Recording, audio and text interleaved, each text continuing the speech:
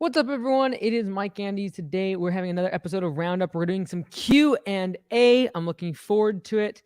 Today's going to be a little bit different because I'm going to actually make sure that we do a little more in-depth, detailed questions and not just like as things come in live and answering a bunch of random questions. I want to actually add value so you actually stick around and want to watch the show. So what I did is I went ahead and texted everyone in the group yesterday and said, hey, if you have a question, let me know. And I kind of cherry picked the ones that are most in-depth, things I might not have explained or been super in-depth on. So I want to make sure I do that. And today we're going to go through some of those questions. So if I don't answer your question, I'm sorry, text on the next one. And if you do want to be part of that texting group, make sure you text this number right here.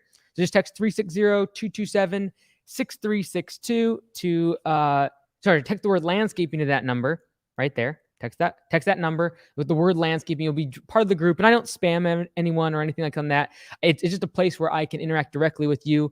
I get those messages, and that's where these questions are coming from today. So let's go ahead and jump right into it. I think I had some announcements, though. Let me jump into this real quick. Oh, yeah, the deadline. So there is a deadline. A bunch of you have been asking about this, so I wanted to be really clear because I've said that the initial fee for joining Augusta Lawn Care has always been $25,000, but then we've allowed for the first 50 franchisees to be at $15,000. So everyone's always asking, like, when are you going to move it? Is it going to move up to 25? When is it? So it's going to be the end of this year. So January 1st, 2022, we're moving that up to $20,000.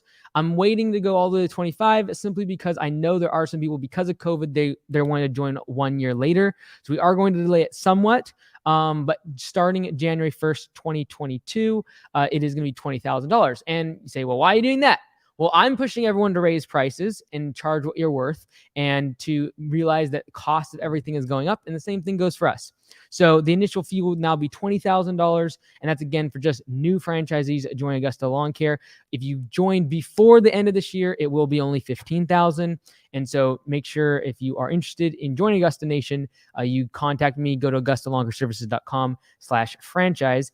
And I think it'll be good. All right, let's go ahead and jump in. Oh, yeah, the shirt. Last little thing, but while people are here still hopping on, this shirt is only going to be available for 2 more weeks, 14 more days. It says, mowing is for stupid people, stupid rich. So again, that was from a video that Tigran Gertz made saying that mowing is for stupid people. And I decided to just make a shirt about it because I didn't really feel like making another video. So let's go ahead and jump into it, though. We've got some really good questions today. It's going to be a lot of value, and I hope to make these like 2 to 5 minute responses that are a little bit more in depth and a little bit more context to a regular Q&A, which is just answering a bunch of random fluffy type questions. So first one came in again from the texting group is, hey, Mike, yes, my question is, how do you keep your head in the future when this is my 4th month in business and we're struggling to pay our rent and we're just down? It's a really tough spot, right? The first year and second year in business are the most difficult. The third year is where you'll start to, I always tell people, that's when you'll start to see like, oh, like this is a business and like I can make money doing this. But the first year or two is brutal because any sort of profits that you're making are likely going back into the growth of the business. And if you're just getting started in your 4th month, like it is going to be difficult because, for example, if you go from generating $5,000 a month and maybe work on the weekends, you're working in the evenings, you're working on the holidays, and then you stop your full-time job and you start doing your business full-time, now all of a sudden you got way more opportunity to grow the business, but with that growth comes cost. You're gonna have to buy another truck. Now you're gonna go get insured and register your business and make sure it's legit, because now you have liability if someone sues you and you don't have a 9 to 5 to depend on benefits and all the rest of it, the stability of a job. So when you first get started with your business, it is not easy. I have never pitched starting a lawn care business as easy if you're going to scale it up. Now, if you're going to stay at one person just by yourself, you can get busy in this type of market very easily. Generate, $8,000-$10,000 a month in revenue by yourself. That's not difficult. What's very difficult is scaling the business, getting employees, getting more trucks. And that first year or two is extremely, extremely difficult. It takes a very special person to be able to go from 0 to 100,000 in a couple years. Traditionally, it's more common that you're going to go from, say, 0 to, say, 30 or 40,000 in those first few years. But that third year is where you start to see the profits actually hitting your pocketbook a lot of times, because if you've been growing really quickly in years 1 and 2, that money is likely going towards more equipment, hiring more people, and just the part of growing the infrastructure of the business. You got to get a bigger shop space, more storage. Like, these are all the types of things that you're going to have to go through in years 1 and 2. So year 3 is always where I say, hey, make it through year 3 and then make a judgment call of whether or not you can or cannot do the business. Some people, like, they throw in the towel at month 4 or 5. It's like, hey, wait till like year 4 or 5 before you really can make a judgment call on the business, especially if you're growing fast. Now, if you're not growing and you're in month 4, and there's a really good chance you need to raise prices and increase your margins, especially if you're a solo operator right now. You should be profitable. You should be making good money. You should be super efficient. And if you're not, and you're not making money being solo or maybe one employee, then it's really a time to say, hey, maybe I shouldn't keep growing. Maybe I should raise my prices, really focus on the services that I want to provide, and become ultra efficient and profitable before I start to scale. All right. Let me just bounce back here. I want to make sure that everything is good with my audio. Okay, good. Welcome, everyone. Copper Creeks, Tony, welcome everyone here. I am not going to be in the comment section right now. I'm going to be answering these questions that I got in from the texting group. Just FYI. Which, by the way, tomorrow, everyone is listening. Tomorrow, we're going to be releasing like a 12-minute video when I'm at the whiteboard, and I'm going to go over the numbers behind raising your prices and why saying that your excuse as to why you can't find employees right now is because the labor shortage is actually not a good excuse in my mind anymore. All right. We're going to talk about it tomorrow. I'm going to break down the numbers, but I do not believe that we can use this as an excuse, because honestly, I don't think it's going away. I don't think it's going to become magically easier to find employees in the next couple months. It's going to be difficult. It's going to be very hard. I don't feel like we're going to have easing of the amount of money being printed and given to unemployment for quite some time. And even if it did go away, people do not want to work in this industry. Outside, working hard, sweating, it's going to be difficult to find employees. And so tomorrow, though, I'm going to break down the math of why I don't feel it's a good excuse anymore to say, oh, we just can't find employees. I'm not going to grow my business. I can't succeed or do anything because, I can't find employees. I don't feel like that's a good excuse. I'm going to show it why tomorrow, using numbers and how raising your prices can easily solve that problem. We're going to talk about it tomorrow, though. Make sure you come for that. All right, next question. Should we expand geographically, spreading ourselves out further to different towns, or add services in our current location, such as hardscape, pressure washing, tree, arborist work, or buy land and use for dump, compost soil, bulk material, and other nursery type activities? Currently have landscape maintenance focus, lawns, gardens, hedgings, and stratas. Matt with Bayside Lawn and Garden. Some other info. We're at 800,000 revenue this year and could still grow maintenance in our area by 1.5 to 2 times before needing to go down one of the above expansion routes. Okay, so that's the big kicker. I'm glad you gave me the second text message, Matt, about the 1.5 to 2x more opportunity on the maintenance side. I would 110,000% recommend you exploit the 2x multiple of 800,000. So what you're saying is you think you could grow to basically a $1.5 million business still doing maintenance in your given area. Do that before you start adding services. Do that before you start expanding the geographical areas you're going to serve. I've said this to our franchisees during training. I'll say it again. I'd much rather have 100 mowing customers in a 1 mile radius than 200 mowing customers in a 5 mile radius. The amount of profit I will generate if they're all in 1 mile radius, no traffic, very little windshield time, all in my target demographic, not spread out, all very similar property types and sizes. That's where the money's at with mowing. So spreading yourself out thinner and going in terms of like 5, 10, 15 miles away is crazy. It's always easiest. The path of least resistance is always adding services and adding how far away you're willing to serve. Those are the 2 fastest ways to grow your top line revenue. They're also the least efficient and the least profitable way to grow your business. And so everyone typically will go through this expansion period in their first few years. Like, they're wanting to grow. So what do? They keep serving areas further away. They start adding more and more services. They start, I'll do junk removal. I'll tow away debris. I'll do the gutters, and I'll do the moss on people's roofs. I'll do treatments. And then all of a sudden, that is the path of least resistance. Going after the more services or further geographical reach is the fastest way to grow your business. It's also the least efficient and least profitable.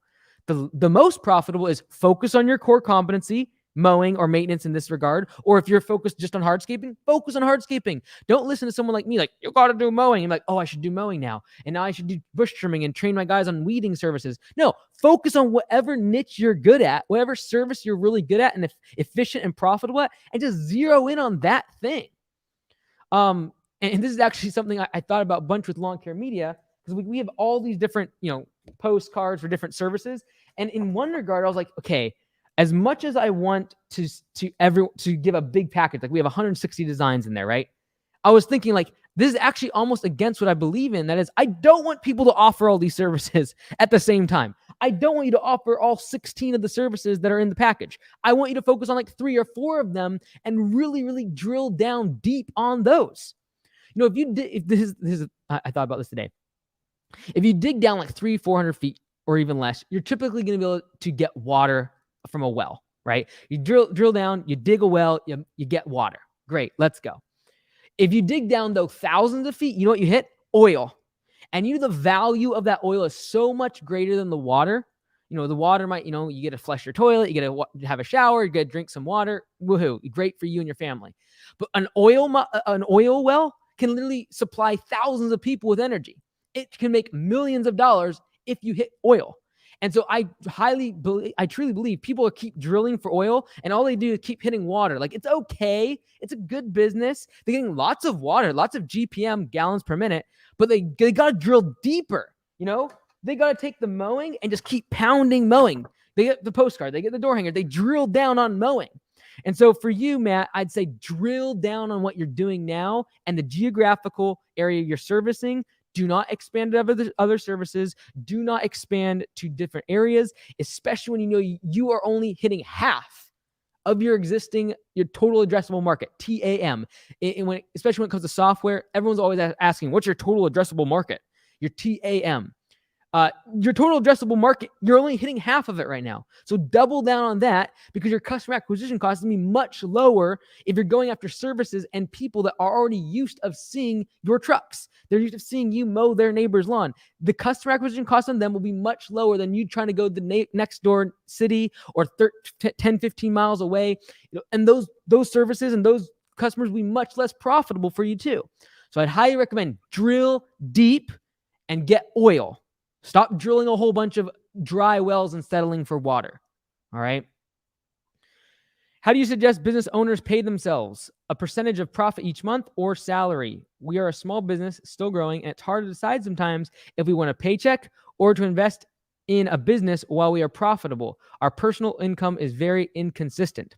Yeah. So before you even start a business, in my opinion, it's like, let's pare back our personal expenses to exactly what we need to be able to afford just to get by. Pay for rent, pay for insurance, whatever you need to get by. For some people, they need health insurance to be able to just feel like they can go take the step into self-employment entrepreneurship.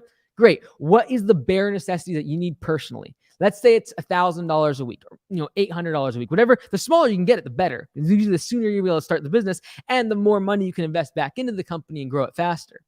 But get that number. What is that number? Let's say $800 a week. So I've got to get $800 a week just to cover my personal expenses.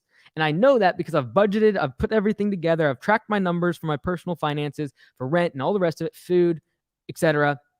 Bam, there it is. That's what you should be auto-depositing, whatever, from your business account into your personal account.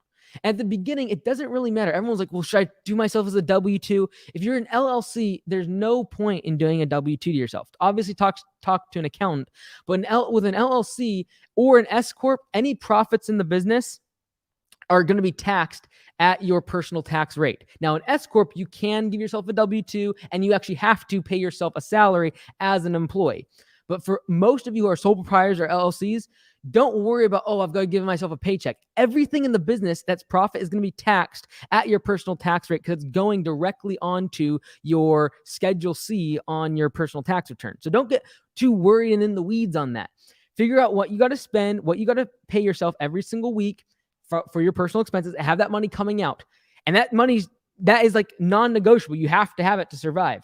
Everything that's left in the business, that's what you get to play, quote unquote, play with and use to grow the business. So if that money is running low, guess what? We're gonna raise prices. We aren't gonna grow or expand. We're not gonna be able to afford another truck and another employee. We're gonna have to, focus on the existing customers and make it more profitable. Raise prices, and then as time goes on, you're gonna get more cash in that account, grow the business, and eventually you'll raise that weekly amount. So back in the day when I was just had Augusta lawn care, that was my main thing. We had the one location. I started off with $500 a week, and I just slowly moved that up as my personal expenses went up, because I was going to college at the time. I needed to pay for that. I needed to pay for living expenses, my car, etc. So I just kept moving it up. I think I started at $300 a week, went to $500, went to $800. By the time I hit $1,000, I had other businesses and I stopped. But basically that's what I kept doing. Is it kept moving up the amount that I was making personally, auto moving the money over across, and then what was left in the business was the businesses. Whatever was coming to me was mine.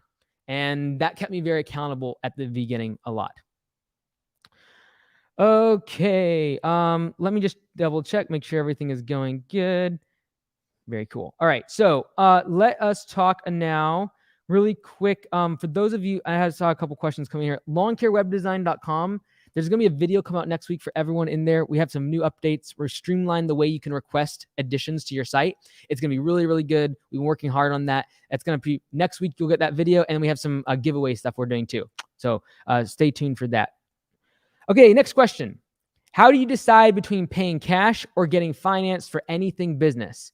Are there situations where even a 6+% interest rate is worth paying because you can use the cash elsewhere to drum up more business? Great question.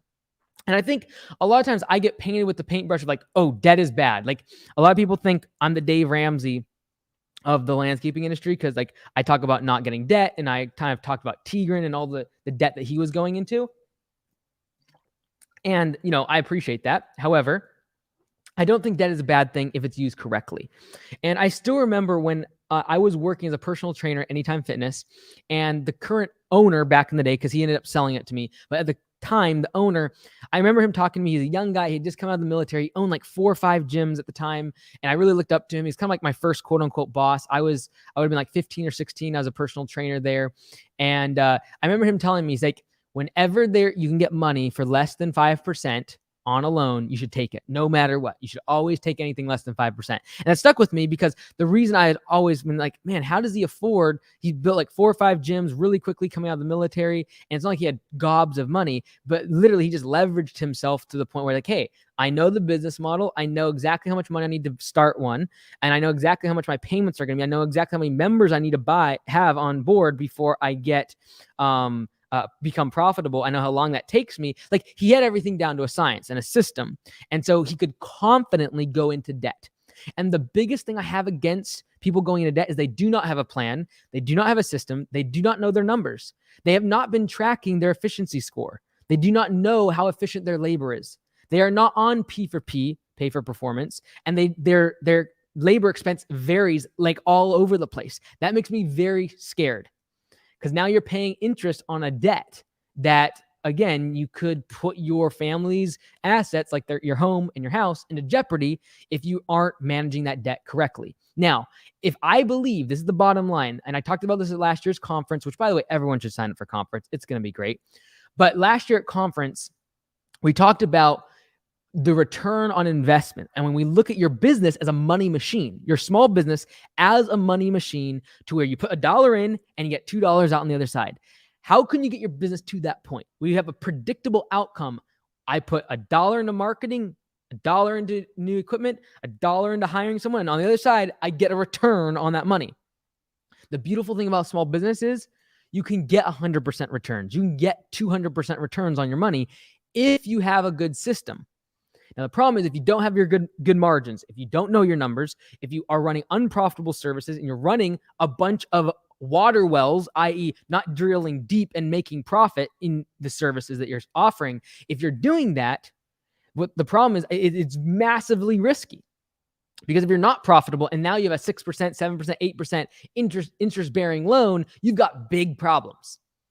And so the bottom line, though, is if you can confidently predict you're going to make 50, 60, 80, 100% return on the money you get from that loan, then yeah, you should go get a loan. You should spend that $40,000 instead of spending cash. You should go use that $40,000 to get a snow plowing truck. But guess what? You should know what your pricing is for snow plowing. You should know how profitable you're going to be. In my opinion, you should have sold jobs for snow plowing before you go get $40,000 worth of debt. My biggest problem is people see other landscapers with this equipment and thinks that the equipment somehow leads to the contracts. No. You should get the contracts and then go get the equipment. And you should make sure that when you get that equipment, you have a dependable way. Okay, I know if I buy this equipment, I need 12 customers to make up for that. Okay, how am I going to get those 12 customers? Well, I'm going to knock on doors. I'm going to spend money on this much on advertising, this much on equipment, this much on wages, and that's going to lead me to X amount more profit. That's why I'm very hesitant to tell people, just go get loans. What the bottom line is, I'm about to go millions of dollars into debt to grow the franchise. That's the bottom line. We're building this big, headquarters, trying to bring 4 offices under one building. I'm going into tons and tons of debt. And the bottom line is because I feel like I can beat out the 5.25% interest rate that I'm getting on that debt. I believe that the money I'm spending is going to yield a higher return than 5.25%. And at the end of the day, when you look at your business from a number standpoint and an ROI standpoint and like cash on cash return standpoint, if you're looking at real estate, that's a term they use. You have to realize that your small business can be the most incredible money machine if you have predictable outcomes. And if you do, that's when debt is something that I would stand behind 110%. So I'm not against debt. I do not believe everything needs to be paid with cash. I use credit cards every single day. I pay them off every single month. I don't carry a balance. But I'm just saying, cash is not everything in your business. You can grow your business much faster using debt, but you better make sure you know you're going to be having a higher return on those dollars than the interest going out the door. And that's why I'm afraid with people that are just starting brand new with no systems. They're just like getting started and they're going to go, get a bunch of debt. That makes me very afraid because they don't know what their customer acquisition cost is. They don't know what labor efficiency numbers they have. They don't know how much they have to spend on marketing to get the customers that they think they're going to get tomorrow. So, next question. When I started my business 2 years ago, I took on mostly bi-weekly customers. Most of them should have been weekly. How do I approach customers to switch them all to weekly without losing them? Learning a bunch watching your videos, and that's from the Little Guy Landscape Maintenance in Clover, South Carolina. Cool. All right. So, great question. I made an entire webinar, like an hour long, about weekly versus bi-weekly and if you should have bi-weekly service. I would recommend if you're just trying to switch people from bi-weekly service to weekly service, there's 2 different routes I would go. The first route is if you know you need to raise prices anyways, I would pitch to everyone the 2 different prices. Here's your new prices for weekly. Here's your new prices for bi-weekly service. Which one would you like? And I truly believe you can charge 50% more for bi-weekly. All right. I don't believe in like, oh, it's $30 for weekly and $35 for biweekly. Not a fan. 50%. And I truly believe that if you went to all of these customers and say, hey, look, Mr. Jones, right now you're paying $40 for biweekly service. We're needing to raise our prices, but what we're trying to do is make it more affordable for our clients. So we're going to do $35 biweekly and then $55 for biweekly service. What, did I say that right? $35 for weekly, $55 for biweekly. I'm just making up numbers, but you see what I did there, right? 40 is what they're paying for biweekly right now. I'm going to raise that price, let's just say to 50, but then I'm going to give them the option of the $35 for weekly service. So again, that would be option 1 if I'm trying to raise prices and do what you just talked about, and that is switch people to weekly. Now, if you're like, hey, my prices are good, my prices are fine, but now I'm trying to change people from bi-weekly service to weekly service. What you need to do is pitch to them that they're getting a cheaper per cut price by switching to weekly. Say, hey everyone, we are now offering weekly services. We're trying to encourage our customers to go to that option because it's better for us from a scheduling standpoint. In order to facilitate this change, we're now going to be charging only X amount and give them like a $5 or $10 discount or even $15 depending on your price. Let's say, for example, you're doing $60 bi-weekly and you say, hey, my prices are good. My prices are good. Okay, well then let's give them $40 weekly, $60 bi-weekly. Give them a discount to go to weekly service if that's what you were trying to push towards. Again, in that second scenario, I'm assuming your prices are correct. But if you're wanting to do it where you raise prices now, you're going to kind of split both ways. So if you're doing 40 right now, you're going to offer them $35 and for weekly and $50 for biweekly. So I hope that made sense. And I truly believe weekly is better. It's better for scheduling. It's just so much easier in terms of when you have employees and making sure that there's level amounts of work that is on the schedule. But that's how I would go about trying to switch people from biweekly to weekly service. Always remember that choosing weekly service gives them a discount. There is not an upcharge for going biweekly. Same exact thing, but how your verbiage behind that is important. Instead of saying, "Hey, Mr. Jones, look, you're at $40. I'm gonna have to charge you $60 to go biweekly." How you look at it is, your price is $60 per cut. That's on a biweekly basis. But if you go to weekly, we can give you a discount at $40. Exact same prices. How you phrase it is the part that's important. Next question. What are your thoughts on achieving a philosophy that we should work? Oh, Michael Gerber. That's what it says. What are your thoughts on achieving Michael Gerber's philosophy that we should work on the business instead of just working in the business? I'm a solo owner operator of a small lawn maintenance and landscape enhancement business with one part-time / full-time employee who has no experience. I have to be there for any work we do because he isn't equipped to work solo. I find that I have no time to work on the business because if I'm not working in the business, nothing will or can get done. I plan on using my winter downtime to create an employee handbook as well as written standard operating procedures for each service we provide. Thanks, man. You're the actual man. Okay, so this is a big, big misnomer, and this is the thing I hate about just education in general, like audiobooks and podcasts. The reason for that is because even for someone like me saying things, people will listen to one part of it and they forget that context is everything. The size of your business really does matter in terms of what business advice you should be taking. You should not be working on your business when you have one employee. I'm sorry, it does not make financial sense. You can't do it. If you're working on your business and you have one employee on the field working, it means that 50% of the labor hours in your business are non-revenue producing from the get, let alone, like, that's assuming that this employee over here is perfectly efficient. So remember last week we talked about numbers and labor efficiency, like clocked hours versus budgeted hours. If you as the owner are working all the time on the business, i.e. not making money for the business because you're just in the clouds thinking about your future, thinking about SOPs and systems and all the rest of it, and then you have one employee over here doing the work, you're immediately 50% inefficient in terms of budget hours to clock hours. You have a ton of non-revenue producing labor, i.e. your time, because that is part of the business. And I think people jump to working on their business way too soon because it's this catchphrase that everyone wants to get to and attain to. And they hear me talking about, and shame on me for not clarifying the fact that if you have one employee, you should not be working on your business. You should be working in your business and generating as much revenue as possible. You can be out making $60, $70, $80 per hour out in the field, or you can be sitting at home working on a standard operating procedure for your one employee, which, by the way, probably won't stick around with you very long if you're out doing standard operating procedures and he's working his butt out, all brains out every single day. Probably not going to stick around for your standard operating procedures anyways. So I think people jump to this way too quickly. People are like, oh man, I want to get out of the field. You have two employees. Like, what are you thinking? You have one or two trucks. It's not time to work on the business. It's time to work in the business to grow the business to the point where it makes economical sense for you to actually work on the business. Because the only reason you would ever want to work on a business is to make it more efficient and make it more profitable. And guess what? If you're doing $100,000 in revenue, you making the business more efficient by 10% is going to bring in a whopping $10,000. But that $10,000 is inconsequential to the fact that you could have generated $50,000 more if you would have worked in the field. You would have had 5x the amount of revenue and profit if you were to work in the business instead of on the business. Now, if you have $1 million business and you're working on the business, and now you work on the business and actually create 10% efficiencies by having standard operating procedures, having checklists, having team meetings, all the rest of it.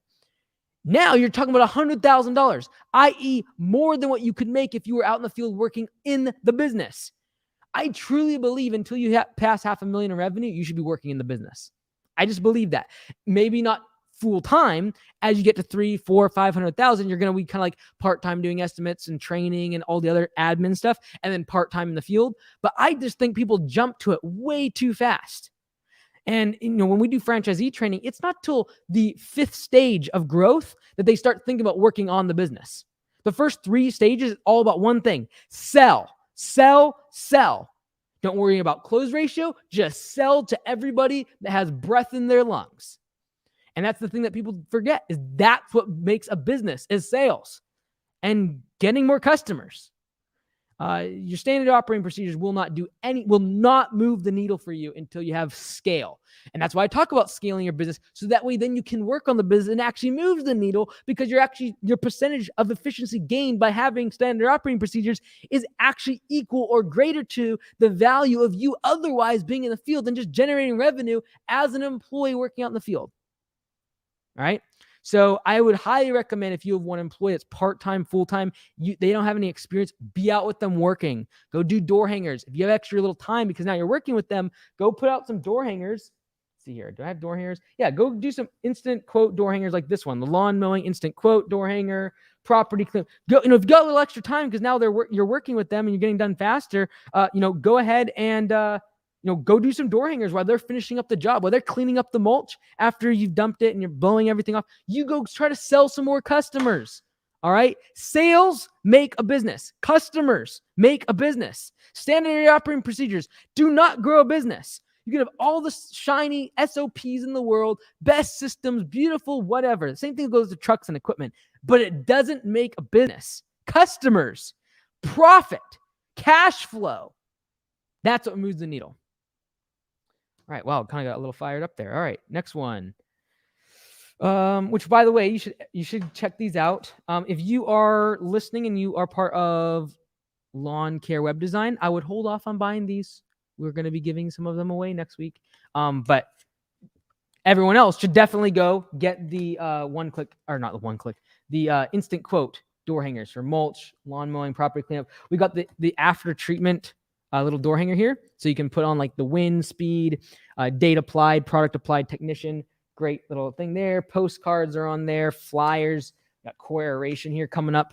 So great core aeration flyer on lawncaremedia.com. Check that out. Comes with the Photoshop files, etc. All right, next question. I think we're doing good here. Let's make sure that everyone is still connected. Audio is good. We are good. Whoa! Spencer Lawn Cares gave me $100. Spencer, Sean, you're awesome. I watched your video about the shop. I am on board. And thanks for giving me a call. That was super fun. Thank you for that. I appreciate it. You didn't have to do that. Thank you. Okay, next question. I currently run 2-man mowing crews. Thinking about switching to do a 1-man mowing setup to be more efficient. How much more efficient do you think 1 man is compared to 2? What size square footage yards would you continue to run 2-man crews, if at all? So as your property gets bigger, the percentage of efficiency gained by having one person decreases. So if you're having big properties, it's not so much the size of the property. It's actually about what percentage of your day is spent driving. Okay. So the more stops you have, the more likely it is that one person is going to be more efficient. Okay. Now, again, I've talked about this before. You've got to balance out the fact that if I have $50,000 worth of equipment, it's not going to be a good idea to go buy 2 setups so I can go to solo operations. This only works well if I'm doing smaller setups, small residential. I'm not doing a ton of equipment, and I'm not having 5 mowers on a trailer. If you're doing that model, you need 3 or 4 people in the truck because you need to use those assets. I do not want you having 3 0 turns on a truck and having a solo operator. That's stupid, because that means that every one of those mowers might get used an hour or 2 a day. That's crazy. I would rather have the occasional breakdown and have to go back to the shop than have 4 times too many mowers, i.e. assets, not being used on my trailers. So when it comes to solo versus 2-man crews, what you're really looking at is size of property is going to dictate usually how many stops you have in a day. If you have 20 to 25 stops in a day, most likely solo operator is going to be the best for you, especially if you're doing small properties. If you're doing 2 or 3 big commercial properties, there is absolutely no reason why you shouldn't have 2 or 3 people on a crew. And so, again, context matters. When you hear someone say, oh, you should only do solo people, 1 person in a truck. Well, what's the context? What size of properties are you having? Yes, it is more efficient to have just 1 person, but is it really good that 1 person is on 1 property for 8 hours? Like you might lose commercial contracts if for an entire day you have one guy doing a lawn, whereas if you spent 3 guys there, they knock it out in a couple hours. Yes, there's going to be a little bit less efficiency, but with that massive property, you don't have as much drive time. So the 2 or 3 guys makes sense. It's totally fine. So it's all about context. The bigger the property and the less stops you have in a day, the more inclined I'm say to have 2 people on a truck. I would only have 3 people on a given mowing crew if I was doing 1 to 3 stops a day. So big commercial areas. That's when I would go above 2 people. 2 people is a nice sweet spot for training, the double set of eyes on the property. But if you're going for ultra efficiency and you're on P4P where your crew is self-motivated and they don't need someone watching over their shoulder, solo operation is very, very efficient for small properties. And if you're doing 10, 15, 20 lawns a day, you're going to be more efficient using that setup. Next question. Should you invest in an IRA, 401k, or try to add more lawn accounts? This is from Sunset Mowing. This goes back to what we talked about earlier, and that is looking at your business as a money machine. Looking at it and say, okay, what % of return on my money will I get? As your business grows and you make more money, you start thinking like an investor, and you start looking at your business as an investment tool. The same way that a piece of real estate or a stock or a bond or crypto, for some people, is considered an investment. Might have to scratch the crypto part as an investment. It's kind of speculation. But let's just say real estate and stocks, for example. The same way that you look at those as investments and you expect a return on the capital that you risk, you should also expect a ROI, return on investment, from your business. And as your business grows and as you charge the correct pricing and have a consistent profit, again, usually around year 3 is when this becomes more consistent and you actually can trust it. That's when you start looking at your business as a money machine, i.e., if I put $10 in, I expect $15 out by the end of the year. Guess what? That's a 50% ROI. That's going to beat most stock market years. That's going to beat just about every bond. That's going to beat almost all real estate. It comes down to the fact that small business is the #1 way to build wealth in America quickly because the ROI is unparalleled and unmatched. If I start off with $1,000 today and I go start a lawn care business, I could theoretically in 5 years have $1 million business by slowly growing it, putting the money back in, etc. If I have $1,000 and I have 100% return on investment in the stock market, that means that years 1, I would go to 2,000, 4,000, 8,000, 16,000, 32,000. I would have $32,000 if I invested $1,000 today in the stock market and I made 100% ROI. In 5 years, I have $32,000. With that same $1,000, I'm confident that with the right systems in place, the right pricing in place, someone could build $1 million business that's worth hundreds of thousands of dollars in assets and generating cash flow and not just a straight asset that's going to be taxed. That $32,000 will get taxed at capital gains if you were to then take that money out of the stock market. Whereas the cash flow that is coming in and the asset value of my business is not taxed because it's equity and it stays inside. So I really think it comes down to whether or not you're going to invest in an IRA or 401k. You got to ask yourself, okay, so over the course of the next 20 years that I'm locking this money up, I am taking this money, locking it up, and I am giving it to the government, or I'm giving it to Wall Street, I should say, because the government has sanctioned this event and not taxed me on that money. And so I'm going to lock it up for 20 or 30 years. The question has to be this: what do you expect in ROI from the money you put in every year versus what could that money otherwise do for you and your business? And if you're only confident you can make a 10% return on your IRA or your 401k, and by the way, you don't have any control over it, and you have a small business that you've now built that has systems in place to actually be profitable and become a money machine with a predictable ROI that's 30, 40, 50%, guess what? You should probably put it in your business. But if you don't have that confidence, the safer option for retirement, for dependability, and sometimes it's the right thing to do for your family, is to invest in something that's a little bit more stable than your business. Because guess what? You can have 50, 100%, 200% returns on your investment in your business, but you could also have negative hundreds, like lose it all. You could lose everything. Whereas going to your 401k is unlikely it's going to go to 0. It's unlikely it's going to go to half. So it's typically a little bit more stable. But again, high risk, high returns. Starting a small business, very risky. A lot of them fail over the course of the first 5 years. That's also why it has unmatched, unparalleled ROI when it comes to an investment vehicle. And when you change your mindset to looking at your business as an investment tool, and I put money in and I get money out on the other side, instead of I work like crazy, my brain's hurt, and I just work as much as I can and make as much money as I can because I'm working. And the more I work, the more money I make. That switch is, in my mind, when you then start working on your business. Okay. If you're still thinking about dollars per hour when you're out in the field, all the rest of it, you're still working in the business. When you're working on your business and when you start looking at the business as a tool, you say, okay, this little money machine is a lens.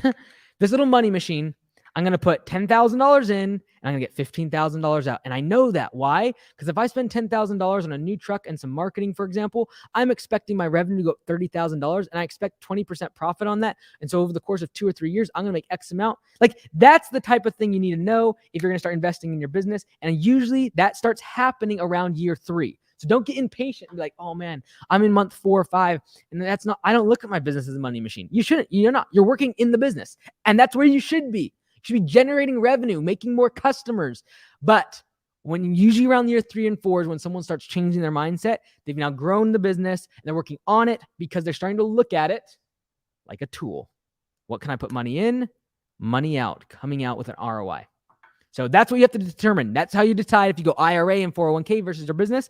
What's the expected return? How dependable is it that in 20 years, I'm going to be able to beat the returns of a 401k and the expected benefits of taxes that I don't have to pay versus investing that money in my small business. And as the numbers get bigger, a 401k or an IRA doesn't make as much sense because if you're making so much money, saving $1,000 or $1,500 a year in taxes because of the tax deferment doesn't really move the needle for you. You'd rather keep the money. Like, I don't want my money going anywhere else. I don't want to lock my money up. Like, if there's an opportunity, I want to go spend some money. If the market dips 30% tomorrow, guess what? I'm going to be buying, and I don't want that money locked up. All right. So I don't like the idea of money being locked up behind without my control. And if I take it out, there's a massive penalty. I'm also very young and I'm much more risk friendly right now versus if you have a family, a 401k or an IRA might be the right option for you. Next question. Let me just double check, make sure. Whoa, someone else gave me $100. This is too much, folks. Sunset Mowing, great work. Bought a CNC Haas mill. Sunset Mowing, thank you. I don't think I've ever had 2 people give me $100 on a chat, but I do appreciate it. I really do. It makes all of this possible. We're trying to hire another person with the media team, and that's why over the next few weeks, you're going to see just the quality of the videos. You've probably been seeing already last week or so, getting better. Steven came to the team, great addition, and he's only been a week or 2 in. So I do appreciate this stuff, even though I say don't do it. Like I do appreciate it because it does allow us to keep doing what we're doing, and I really, really appreciate that. All right, back to the questions. How do you handle leaf cleanup pricing? They seem to be tough to estimate budget hours on. Do you offer packages? Okay, so I include this question in the Q&A because we're coming to fall season. We're coming to leaf season. And what I want you to know is if you don't know how to price fall cleanups, realize that you might make a mistake or two, and that's fine. I talked about this. I sent this to our franchisees the other day. Let me go ahead and read it. I put it on our Facebook group, and I want to read this to everybody here. I'll probably end up making a video about it, but I've kind of talked about it in the past, but it kind of came to me pretty strong, and I wanted to. So here it is. So we've been talking about price increases. We had 5 locations yesterday, like 3 or 4 more today for Augusta Lawn Care that all raised their prices. So I was giving them the congrats. They had commands to raise their price today. Great. I said, perfection is the brutal enemy of progress. Most lawn care companies stay small because they want everything perfect before they grow. Most owners never delegate because they are afraid other people won't do it perfect like them. Most businesses won't raise prices because now is not the perfect time. Progress over perfection. So if you're just getting started and you're going in the fall season and you know, hey, I can make good money doing this fall cleanup thing. Clean up leaves, let's go. You know, Kevin, who's a great member of the Landscape Business Course, the Facebook group, always very giving to everyone in terms of advice, probably listening to this live right now. He's a member of Augusta Nation. They do cleanups for leaves all winter long. That is what they do all winter long in Mississippi. And in Tennessee, same thing. They just clean up a ton of leaves. And so there's good money in it. So if you're just getting started, go get started. Don't be like, okay, so if I don't have the pricing just right, and if I don't have the budget hours, I don't know how much debris I'm going to have, I'm just not going to be able to do it. And if I don't have one of those big leaf cleanup things that Spencer Lawn Care just put on, it looks so cool. If I can't afford that, I can't do leaf cleanups. No, go get started and then realize that a great way to be able to produce recurring revenue throughout the winter is to give someone a fall cleanup and then say, look, I'm going to do a fall cleanup. Here's the budget hours. That's an easier part because you can look on what's on the ground and give a price. And then the little harder part, but I'd really push you to do this, is tell them, hey, look, I'm cleaning up your leaves in October. I'm going to come November, December, January, and February once a month. And here's the price for each of those visits to maintain the property and make it sure it's up to these standards. Now, the reason that's difficult is because if you have a really dry week and it's windy, you're not going to hardly have any leaves unless they have like fences and things like that keep the leaves from blowing away.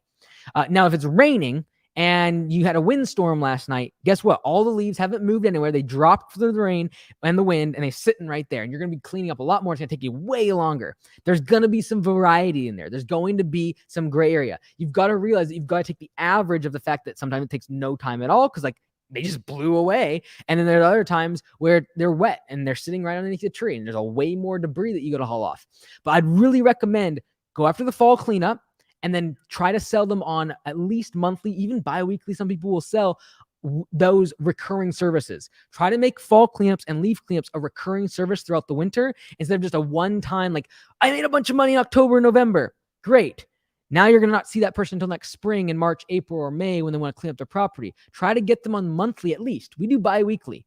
We do bi-weekly this throughout the winter. Keep the branches off their property. Keep the leaves off their property. Weed the beds. Edge up the lawn. You're not mowing, but you're able to keep that recurring revenue coming in. Highly recommended. We talk a lot about this at last year's conference. It's extremely important, in my opinion, to be able to keep that recurring revenue. You don't have to make this as seasonal a business as mowing typically is if you can sell recurring services throughout the winter and when you're slow. And if you don't have snow to plow and do salting, you're going to have to get creative with leaf cleanup, bush trimming, and property cleanups. And the best way to do that is sell recurring services to have dependable cash flow so you don't have as much of a dip during that winter season.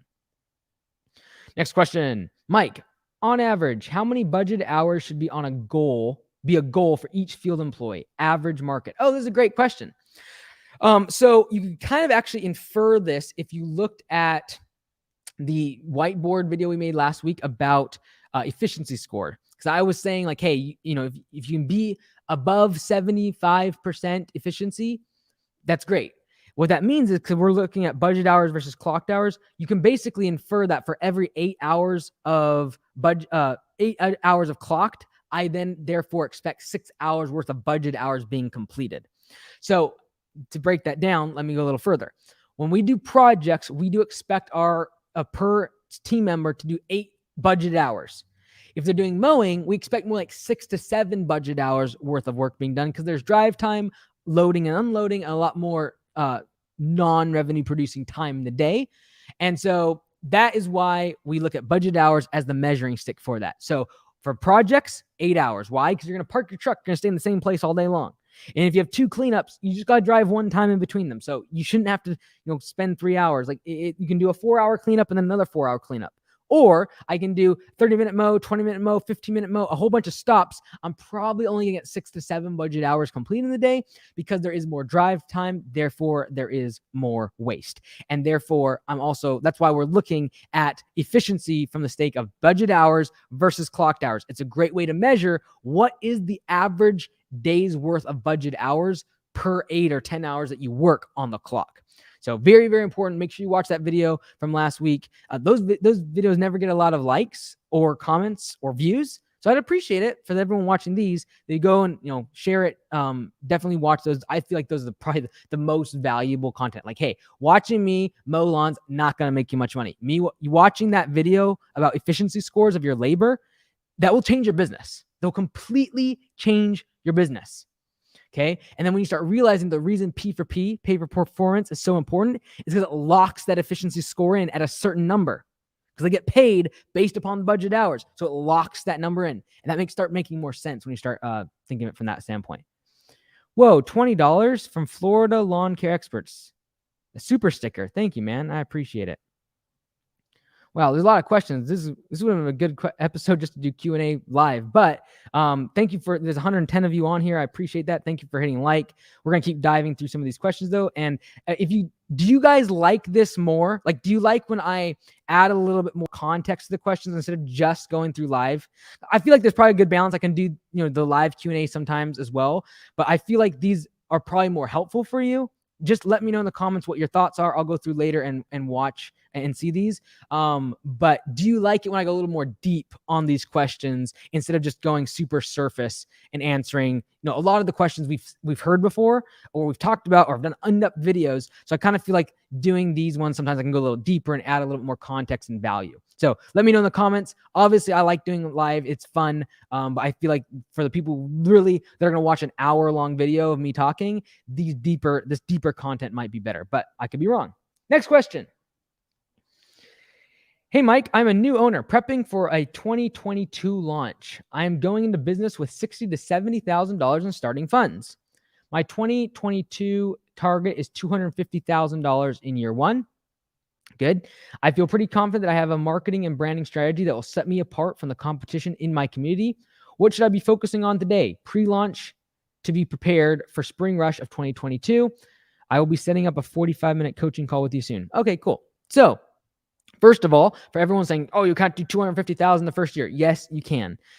We always are shooting at Augusta Lawn for a 10 to 20x multiple on our marketing dollars, which means if I spend $1,000 in marketing, I expect in the next 12 months to make at least $10,000 to $20,000 in revenue from that $1,000 in marketing. So what I'd be focusing on if I was you, which I don't have a name here, but for this person that wrote this question in, I would be focusing on the fact that nailing your marketing strategy, what you're going to do for ads, how much are you going to spend on Google? How much are you going to spend on Facebook? What is the creative, the video, the text, the picture? What's the offer you're going to make? This is something like you got to invest into this part. Like right now, if you're thinking about next spring to start, I would be reading marketing books like crazy. Go through the marketing module in Landscape Business Course like 5 times. Watch me create the ads. Like watch me talk about marketing, customer acquisition costs. Like go get a book about Facebook ads. Go get a book. Like right now, we're about to spend gobs of money to hire a media agency at Augusta Lawn Care because the change that were just made on iOS 14 has obliterated the customer acquisition costs for Facebook ads because it removed a whole bunch of the targeting. So instead of me trying to take the next 3 to 6 months to try to figure it out, I want to make sure that we figure this stuff out and get ahead of it. And so I'm going to spend a bunch of money. Everyone's like, you have a course for $519. That's just insane. Yeah. Well, I'm about to spend tens of thousands of dollars trying to learn about Facebook ads because of a recent change that Apple made. Okay. So invest in that. And if you're trying to grow that quickly, $250,000, you better make sure that when you're going to go out and spend $10,000, $15,000 in marketing, which you're going to need to do to get that type of revenue, you better be sure that you know where you're spending your money and you know how to spend that money. And I'd be educating yourself like crazy on marketing. I'd be definitely doing door hangers. I'd be definitely doing postcards. I'd figure out every door direct mail. And I would be figuring out Facebook, YouTube. I'd start off with a starting budget of, let's say $3,000 per month. Where am I going to spend all the money on those different channels? Then what am I going to be shooting for in terms of customer acquisition costs? Then how am I going to decide which platform's performing the best? These are the type of things you have to do. And that's going to be the best ROI for your time now if you're starting next spring. I'd also get your website up and running so it's ranking well on Google. We have 2-3 sites at Lawn Care Web Design that just got started that aren't actually starting mowing until next spring, but they want their site ranking well. They want their Google My Business page having reviews so that next spring they're already ranking well on Google. So if you're thinking about starting your business next spring, start now. We got people coming in October for franchisee training that are not going to be starting their business till February. Why? They want their website ranking well so that when the demand goes up, you are the supply, i.e. at the top of Google. So I'd be recommending marketing, focusing on educating yourself on marketing, creating a plan around your marketing, and making sure your website is up, has Google reviews, and is actually ranking well on Google by the time next spring rolls around. All right, let's keep going here. Next question. Kind of a loaded question here and could be its own video, but I have scoured the internet and haven't seen anyone talk about this. I'm a teacher and have a lawn care landscaping business on the side in Southwest Missouri. How would you structure your business in my case to have the most lean company where I could comfortably take $1,000 in income, i.e. rough number of yards, landscaping jobs, truck, trailer equipment, marketing budget, strategy, and not working in the business during the months I'm in school. Excuse me. Maybe I just need a coaching call. LOL. I don't think you need a coaching call. Let me try to break this down for you. So if you're trying to make $1,000 in profit per month, that's easy to do when you're working in the business because you literally need to go sell, like, let's just say your average lawn is $50, right? And let's say you do an average of 3 cuts per month, just because you have some weekly, some bi-weekly. Let's say it's $150 per client. You could easily go get 10 customers and there's your $1,500 and you're going to make $1,000 in profit on that because that's 66% profitability because you're doing all the work. You're probably not having a bunch of insurance and overhead and shop expense. Really great. So literally for 10 customers, you're going to be able to, if you're working in the business, make $1,000 in profit. Now, what gets a little hairy is the fact that you want to make this money, $1,000 per month, when you are working as a teacher and you don't want to be working in the business. That's tough because what I would recommend if you're just trying to make $1,000 extra in profit each month is just do your lawns, those 10 lawns on the weekend and still stay in the business. Because as soon as you want to go work on the business, i.e. not be the one doing the work, you're going to have to triple the size of the business. And now you're going to have more overhead because you're going to have an employee, you're going to have insurance. You need to have insurance if you have an employee. Like, you need to. So there's a lot of other expenses that suddenly get dumped on as soon as you have an employee, and your margin is going to go from like 66% to like 20%, which means I'm going to have to like triple the size of my business just to make it the same amount of profit. So I would recommend if your goal is just $1,000 in monthly profit, probably a better idea to try to squeeze those in on the weekend if you can while you're doing the work. Or what you could do is go hire that employee to help you, or they work once or twice a week to get the lawns done, and then maybe on the weekends you do like a property cleanup to justify the fact that you're going to have to get more revenue to pay for the employee. That might be an option. Just a thought. Next question. Hey, Mike, I'm curious how you budget for uniforms and what is your policy when an employee quits or gets fired? Do they have to turn in uniforms? We do uniforms, but as we are growing, it's getting fairly expensive, especially when people don't last very long. Some turn the uniforms back in, but most don't, and we cannot pay a person earned wages. Oh, and we can't not pay a person earned wages. So they can't take money out of their pay because they didn't return their uniform. So honestly, case by case basis here. Sometimes when if it's an ugly firing or it didn't end well, or we had to fire them over text message, we're probably not getting the uniform back. If it was really kind of a mutual thing, we talked to them in person, a lot of times they will bring their uniform back, and we don't really stress out about that part. Honestly, you're not going to lose so much there as much as your current employees misplacing their uniform, tearing their uniform up, leaving it in the truck, and then again soiled with dirt and oil. So what we did that really helped us with this expense, because it is literally hundreds and hundreds of dollars every month spent on uniforms. As your business grows, you know what I'm talking about. Like, if not thousands, when you got to order batches of them. And so what I recommend and what we did is we said, hey, look, we're going to charge $5 if you want a new t-shirt, and we're going to charge $10 for a new hoodie.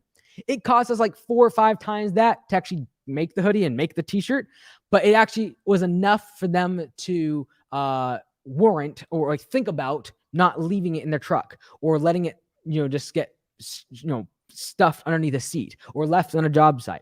So they actually started thinking about it a little bit more, and we have the ability, if it's really, really bad looking, just to give them a new one and take it off their paycheck. Now we have P for P, where they have a bonus that we can take off of. So it's a little more difficult if you're making it where you don't have P for P, if you just have hourly wages.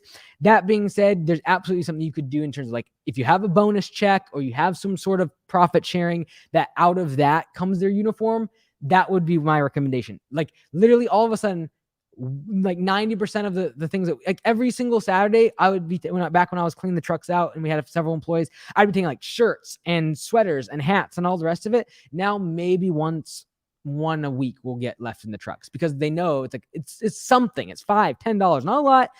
We're not trying to make money on them. We're losing money still. Like, it's not a money grab. It's a matter of like, hey, we want you to be accountable and take care of your uniform, so it's not burning money for the business. Next question. Oh, which, by the way, I know I mentioned it, Landscape Summit. You should definitely come to Landscape Summit.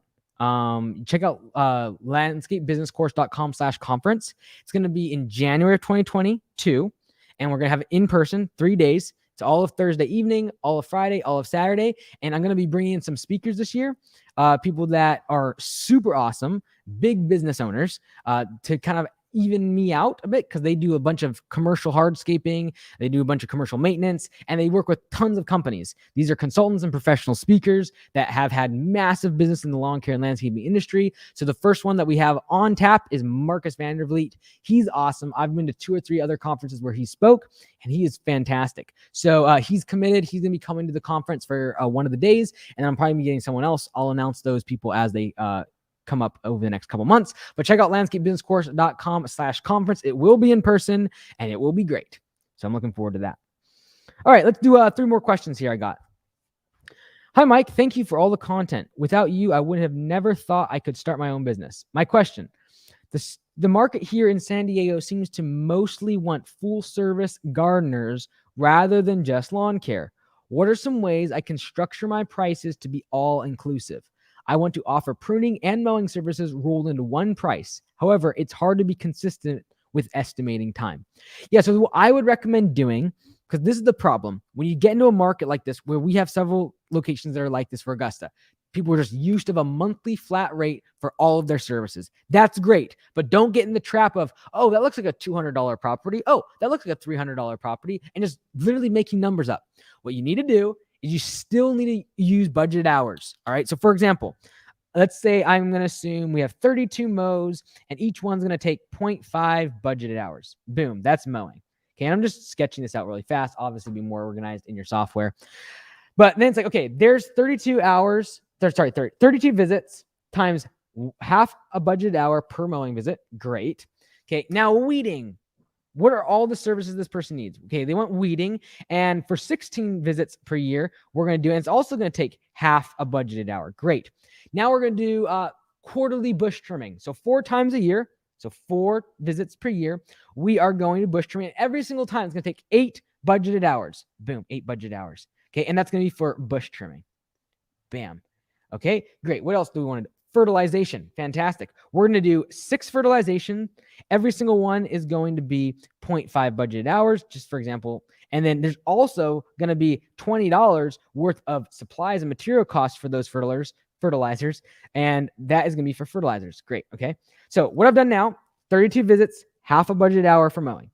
16 visits, half a budgeted hour for weeding. This is per year. We're going to do 4 every quarter, bush trimming, and each one's going to take 8 budget hours. Now, what am I going to do? I'm going to add up all the budget hours. So for mowing, over the course of the year, we have 16 budget hours. For weeding, we have 8 budget hours. For bush trimming, we have 4 visits times 8 hours. That's 32 budgeted hours. For fertilization, we have 6 times 0.5. So that's 3 budget hours, plus the fact that we have $20 per visit of material costs. That's $120. So I have 3 budgeted hours plus $120 of material cost. Boom. Now let's assume, I hope you all can see this. Let me see if you can kind of see it. Okay, let's go. Okay, cool. You can see it. Look at the light. There we go. Okay, so now over on the left hand or the right hand side here, I'm going to add these all up. I got 16 plus 8, that's 24. 24 plus 32, that's 56. 56 plus 3, that's 59 budgeted hours, plus $120 of fertilizer. Now, if I wanted to add some dumping fees in there, I probably should have on the bush trimming, etc. But you can see what I'm doing here. I got 59 budget hours plus $120 worth of supplies for all these services for the year. Now let's assume that I have a $50 per hour rate. So what is it going to be? I'm going to do $59. I don't think I've ever done one of these before, live like this. 59. This is really simple. I know I'm simplifying this a little bit, but this is really how you get started. Okay, it's a great place to get started. Yes, there's better ways to do this. You do not want to just put mowing and put a number on your estimate. You want to have more verbiage, clear. We've talked about this stuff in the course. Okay, so 59 budget hours, multiply that by 50. Boom. Labor on this is going to be $2,950. Plus, I'm going to have $120 worth of supplies. So plus 120. Bam. The total cost for the year is going to be $3,070. I'm going to divide that by 12. Boom, boom, boom, boom. $255.83 per month on a 12-month contract. And here, Mr. Jones, are all the services you're going to get. You're going to get mowing. You're at 32 visits a year. and that's going to be for 8 months, 4 times per month. We're going to do weeding, and we're going to do that every other mowing visit. Okay, so that's 16 visits. We're going to do quarterly bush trimming, and again, you're going to notice all the things. Haul away debris, includes all bushes and shrubs, does not include the tree along the road, whatever it might be. Fertilization, you're going to list all the types of fertilizer you're actually going to apply, but figuring out the price, that is how you figure out prices based on budget hours and supplies. Not, oh, that lawn looks like kind of like Mr. Jones down the street, and I charge him $250. It's a little bit bigger. I'm going to do $275. Like, you're literally pulling things out of thin air. You're not going to be able to give your crews the scheduling is going to be a miserable nightmare if you don't have budget hours, because you're not going to know how much time to give them on a specific job. You're not going to know that 4 times out of the year it's going to take an entire day versus 32 times of the year it's only going to take half an hour. That's how you do a 12-month contract using budget hours and supplies. All right, next one up. 2 more. Do you use trackers on your trucks and or other timekeeping devices? I am needing something more reliable and accurate than employees tracking time on mainly accounts, as well as time spent traveling, etc. Yeah, so we use a product called Zuby, Z-U-B-I-E. I don't think it's the best, and it's just something that we've used for so long now. We're used to it. It's basically a little tracker, plugs into the computer of the vehicle. There's a whole bunch of other options like Verizon Fleet and a whole bunch of other products you can get. Basically, it gives live mapping as well as it's plugged into the computer of the vehicle, so it can actually tell us like fuel levels and any sort of codes that come from the computer of the vehicle. We can tell the mechanic what the code is before they even come and see the issue of the truck. So it's a great kind of like monitoring system for the truck as a whole. It also gives you feedback on like who's driving in terms of if they do fast acceleration, fast braking, erratic driving. We've actually been able to contact people when they got in an accident, like they hit somebody before they contacted us at the office, simply because we got a notification that there's a fast braking that we should contact them. Like there's a possible impact. So great if you have more than a couple trucks. If you only have a couple trucks, you probably know where they all are at all periods of time. But especially if you're not on P4P, you should have trackers. Track your trucks. Truck trackers. There you go. And the reason for that is because it's the easiest way to not be worrying all the time. Like, where are they at? Are they just sitting on the side of the road? Are they sleeping in their truck? Are they at the gas station? Well, if you have a track trucker, you can tell. Like if there's 20 minutes of drive time and the property is like half a mile down the street and they clocked in at one job 20 minutes before, like, you know, something's up. They're not taking 20 minutes to drive half a mile, right? So those are the type of things that are great for the truck tracker. Once you're on P4P, pay for performance, you don't really use it to like just see if they're slacking off as much as you're really just trying to look at a map that's live all day long and be able to see where everybody's at, all their trucks. So for example, you know, someone goes down, their weed whacker broke and they want another one. Well, typically everyone texts everyone like, hey, where you at? Who should be, all the rest of it. Whereas now, contact command center, contact lead, the office manager, and say, hey, I need a weed whacker. Who's closest to me? Oh, Joe is just down the street. Okay, great. I'll go pick one up from him. So it is really nice to have truck trackers as you get more trucks, as well as if you're less mechanically inclined like me. It's really nice to have those codes to be able to give to a mechanic so you don't have to spend a bunch of money on diagnostics, because it's going to give you exactly what's wrong with the truck before you even have to bring a mechanic in. All right, last question of the night. I've built my business and now wanting to cash out with no more than 3 years. What should I be focusing on to structure the company, get the most out of it? We have done 400, 500,000, and on track this year for 600,000 respectively over the past 3 seasons. That's gross revenue. With lawn care and snow services. I should add, we lease shop space and have no real estate assets other than some trucks and equipment, which makes selling service-based companies difficult in my opinion. Would love your input. Yeah, so if you've only been in business for 3 years, that's a little more challenging.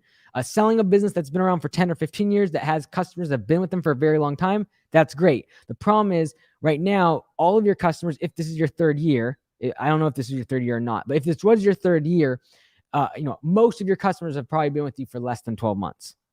And so that's challenging to sell. You do have recurring services. It was great. Lawn care and snow plowing. You probably have contracts for snow plowing. Lawn care, you have a whole bunch of people set up on recurring. So there's value to that. There is value to that. A lot more than if you did one-off landscaping projects, because every single project is the next job. There's no dependability. There is no recurring revenue. So you do have some value here. Just keep in mind, when you're at 400, 500,000, 600,000 revenue and you're that young of a business, you better have like systems, and you got to have brand to make this business worth anything. Because like otherwise it's asset value, like trucks and equipment, plus goodwill. And that goodwill is going to depend on your brand. Do you have a website? Do you have a phone number? Do you have an established brand in the community? People know about you. Have you been around for 10 or 15 years? That holds some weight. Do you get the phone number? Do you get the website as part of the transaction? That's all goodwill. And then there's the client list. And that client list is going to depend on how long you've been around. Is that like 300 names? Is that 1,000 names? Is that 10,000 names? All going to depend upon so many different factors. There's a great YouTube video I made about acquisitions and selling and valuating your company if you're trying to sell. Check out that video. Just type in acquisitions, Mike Andes. It's like an hour and a half long webinar talking about all the different angles of selling your business, the different ways of evaluating your business, and how to set yourself up if you're trying to sell your business down the road. If you're trying to sell your business down the road, you should get as many of those contracts signed and like on paper. You should get as much recurring revenue as possible. You should kind of push aside any sort of one-time projects, because there's no value beyond this, the money you make in the job. There is no value long-term. Whereas if I have a recurring customer, it's worth something. Now, in that video, you'll see it can range anywhere from like $100 to $500, depending on the way the business is set up, that recurring customer. Contracts, great. If you want to start getting all of your customers on contracts, that's going to increase the value of the business as well. So check out that video, and I hope that is helpful. Cool. I have a couple questions. Well, there's a ton of questions coming in today, so I'm not going to be able to get to all of them, but let me answer a couple of these ones that just popped in. So McIntyre Mowers asked, could you break down performance pay for performance? Watch the video I made a couple weeks ago, and it says something like I fixed the labor shortage or something like that. And it talks all about P4P. It's 20 minutes long, very in detail. Of course, not too many views, but it's a very good video.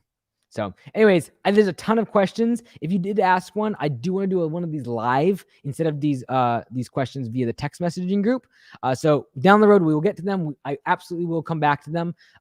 And if you want to join the group so you can ask these questions and get the next, because these are great where we can go a little more deeper, and I can not be wading through a bunch of unnecessary questions. Just text this number right here. Text the word landscaping to 360-227-6362. You'll join the group, and then whenever I want questions like that I did today, I'll just ask, and you can submit them. Just text it right back to me. So anyways, thank you so much for joining, everyone. I really, really do appreciate it. I appreciate all of your support. The people who gave money in this chat, like, my goodness, I appreciate that. I appreciate everyone, lawncaremedia.com, that have been purchasing the door hangers, even purchasing shirts. Let's go. 2 more weeks and this bad boy is gone. Limited edition. Better pick it up. But I appreciate all your support, everyone at lawncarewebdesign.com as well. I really do. And we're trying to take that money and spend every single one of those dollars well, and just create more content and more tools for the community and the landscaping industry as a whole. So thank you so much, everyone, for coming tonight. I hope this was helpful. If it was, please comment below what was helpful and what you're applying it to your business. Thanks so much. We'll see you tomorrow.